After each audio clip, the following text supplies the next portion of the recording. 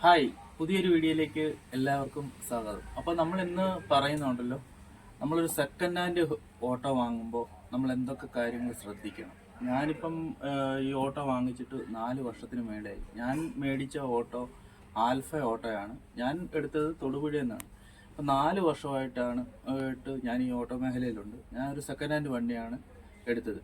അപ്പോൾ നമ്മൾ എന്തൊക്കെ കാര്യങ്ങളാണ് നമ്മളൊരു ഓട്ടോ മേടിക്കാൻ ചെല്ലുമ്പോൾ ശ്രദ്ധിക്കേണ്ടത്? നമ്മളിപ്പോൾ മെക്കാനിക്കിനെ ഒന്നും കൂടെ കൊണ്ടുപോയില്ലെങ്കിൽ നമുക്ക് പോയിട്ടാണല്ലോ എടുക്കുക. പിന്നെ എന്തൊക്കെ കാര്യം ശ്രദ്ധിക്കണം എന്നുള്ളൊരു വീഡിയോ ആണ് നമ്മളിന്ന് പങ്കുവയ്ക്കുന്നത്.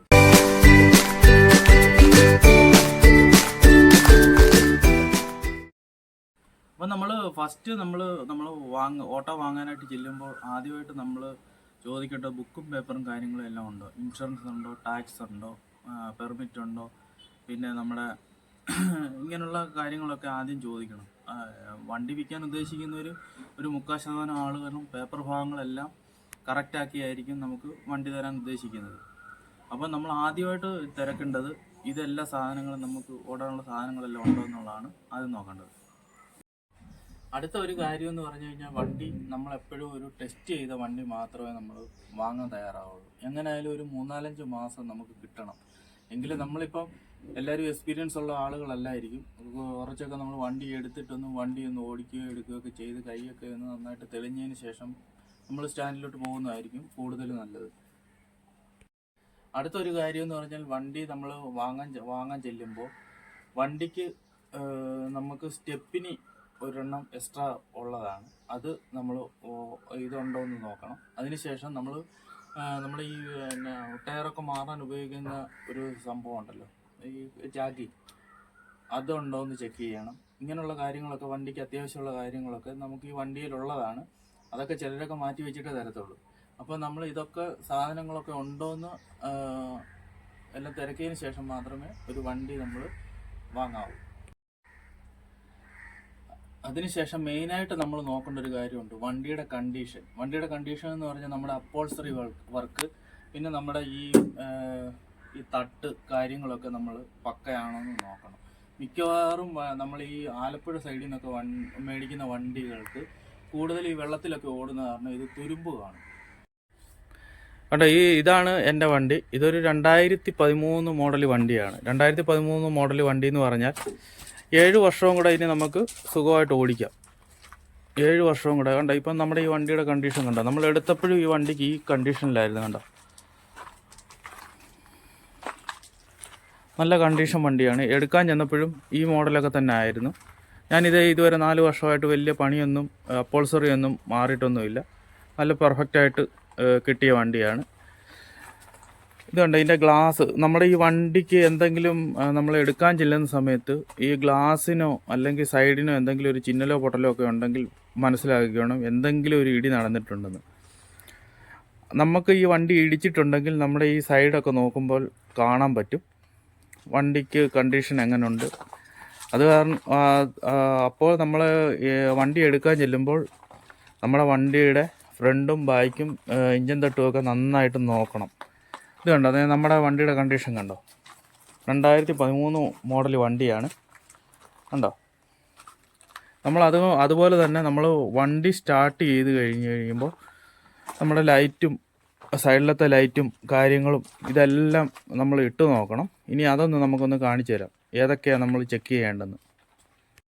പിന്നെ നമ്മൾ വണ്ടി എടുക്കാൻ ചെല്ലുമ്പോൾ നമ്മൾ നോക്കേണ്ടത് ഫ്രണ്ട് ലൈറ്റ് വർക്ക് ചെയ്യുന്നുണ്ടോ. നമ്മുടെ ഫ്രണ്ട് ലൈറ്റ് പെർഫെക്റ്റ് ആയിട്ട് വർക്ക് ചെയ്യുന്നുണ്ട്. അതിനുശേഷം നമ്മൾ നോക്കേണ്ടത് വൈപ്പർ വർക്ക് ചെയ്യുന്നുണ്ട്. വൈപ്പർ നമ്മൾ വർക്കാണ്, ഇത് നോക്കുക.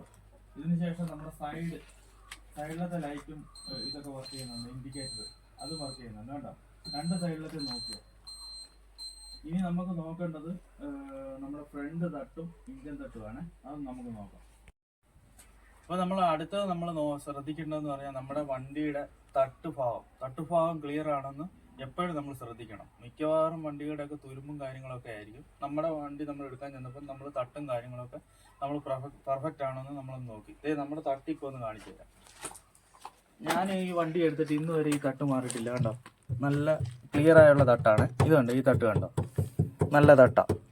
ഇത് നമ്മൾ എപ്പോഴും ശ്രദ്ധിക്കണം. ഇത് തുരുമ്പാണോ അല്ലയോ എന്ന് നോക്കിയിട്ടൊക്കെ വണ്ടി എടുക്കാവുള്ളൂ. കണ്ടോ, ഇപ്പം നമ്മുടെ തട്ട് കണ്ടോ, നല്ല പെർഫെക്റ്റ് ആണ്. ഇനി നമുക്ക് പുറകിലത്തെ തട്ടൊന്ന് നോക്കാതെ.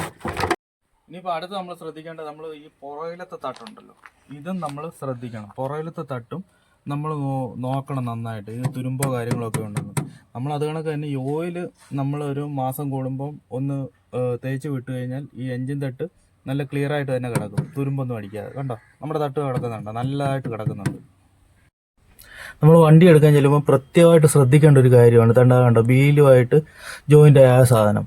അതാണ് നമ്മുടെ വണ്ടിയൊക്കെ, നമ്മുടെ പുറകിലത്തെ വീല് കറക്കാനുള്ളൊരു സംഭവം എന്ന് പറഞ്ഞാൽ. ആ സാധനം പൊട്ടിയിട്ടുണ്ടോ എന്ന് കറക്റ്റായിട്ട് നമ്മൾ നോക്കണം. ഞാനിത് മേടിച്ചപ്പോൾ എനിക്ക് പൊട്ടിയാണ് കിട്ടിയത്. എന്നാന്ന് പറഞ്ഞാൽ 2 എണ്ണം കൂടെ മാറണമെങ്കിൽ തന്നെ ഒരു 3000 രൂപയ്ക്ക് മേളിലാവും. അത് എപ്പോഴും ശ്രദ്ധിച്ചോണം. നമ്മളെ പറ്റിക്കാനായിട്ട് പല പരിപാടി ഇവർ നോക്കും, നല്ല എണ്ണയൊക്കെ തൂത്ത് ഒക്കെ കാണിക്കും. ഇത് കറക്റ്റായിട്ട് ഈ കാര്യങ്ങൾ ശ്രദ്ധിച്ചു കഴിഞ്ഞാൽ ഒരു വണ്ടി നമുക്ക് സുഖമായിട്ട് എടുത്തുകൊണ്ട് വരാം. ഇത് പ്രത്യേകമായിട്ട് ശ്രദ്ധിച്ചോണം കേട്ടോ. ഓക്കെ, ഇനിയിപ്പോൾ അടുത്ത് നമ്മൾ ശ്രദ്ധിക്കേണ്ടതെന്ന് പറഞ്ഞാൽ നമ്മുടെ ഇഞ്ചൻ ഇരിക്കുന്ന തട്ടും ഇഞ്ചനും ഒക്കെയാണ് കാണിക്കാൻ പോകുന്നത്. അത് നമുക്ക് ഇഞ്ചൻ ഒരുമാതിരിയൊക്കെ ഒരു 6 മാസമൊക്കെ ഓടിച്ച് കഴിയുമ്പോഴേ നമ്മുടെ ഇഞ്ചൻ്റെ ഇതൊക്കെ നമുക്ക് മനസ്സിലാകത്തുള്ളൂ. ആദ്യമായിട്ട് ചെല്ലുന്നവർക്ക് അത്ര പെട്ടെന്ന് മനസ്സിലാകത്തില്ല. എങ്കിലും കൂടുതലും നല്ല ക്ലീൻ ഇതൊന്ന് കാണിക്കാം, എന്നിട്ട് പറയാം.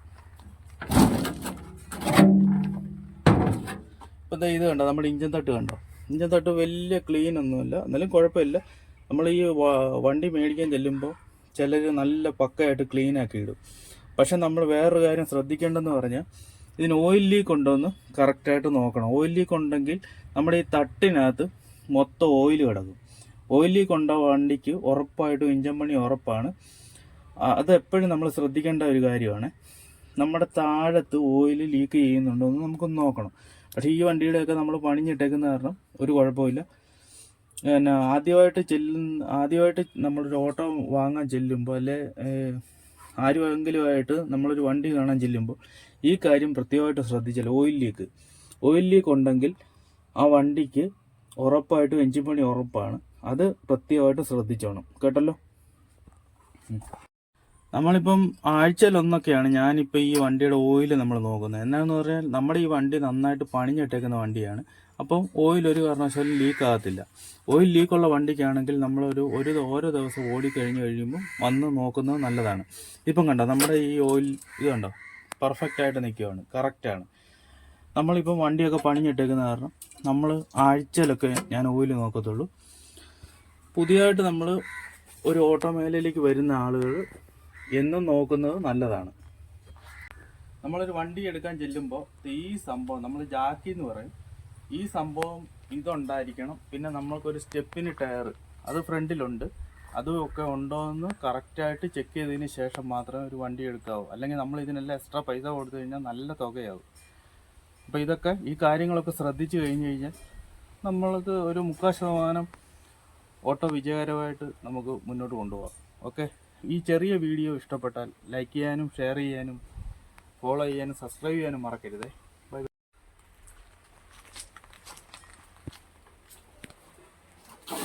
ഇതാണ് നമ്മുടെ വണ്ടി.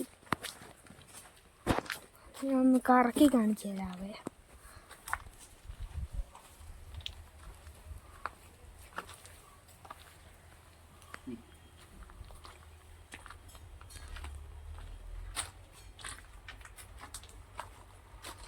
ഓക്കെ.